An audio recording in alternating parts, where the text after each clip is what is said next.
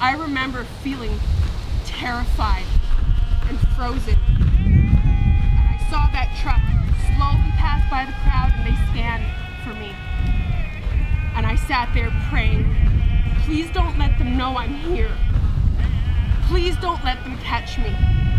And I ran as fast as my feet could carry me, and I prayed to the Creator, make me fly. The beating of drums symbolizes a prayer to all Indigenous women suffering, lost, forgotten, and past. In honor of missing, murdered Indigenous women and girls, roughly 50 people gathered outside Yellowknife City Hall to acknowledge this ongoing crisis in Canada. If we love one another, love one another, love one another, so we won't be performing these kind of ceremonies as we are, because we would have a really clean and non-violent society. Being an Aboriginal woman, you know, some people look upon you unpleasantly, and some of the tragic and that has happened is because of that. Violet Camsell-Blondin, president of the Status of Women Council, tells us what it means to be an Indigenous woman in Canada today. Very difficult. We have to struggle twice, 3 times more than our men.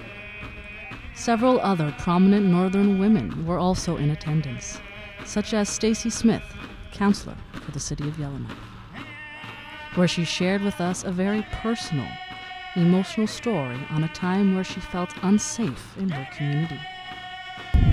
There are very few Indigenous people who have not been touched by violence. On a personal note, I've been one of them.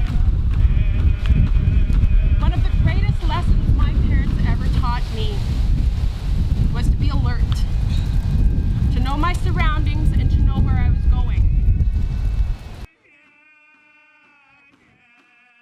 It's so important because missing and murdered Indigenous women and girls is a crisis in our territory and across the country.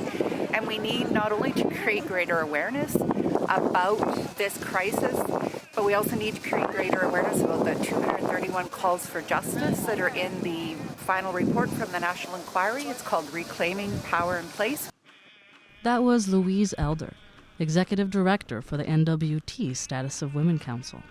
She says this event will also serve to promote healing the traditional way, while also holding governments accountable. Past and current colonial policies, these policies are caused by multi-generational and intergenerational trauma. The Status of Women Council is hosting a tree ceremony in every region of the Northwest Territories. It's not only recognize the countless missing, murdered Indigenous women and girls, but the diverse effects violence has on the communities as a whole.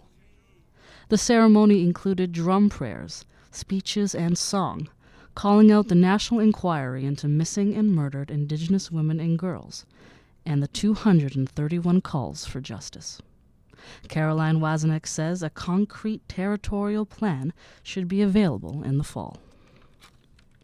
Everybody has a role to play in order to combat violence against women. For CKLB Radio, I'm Mariah Caruso.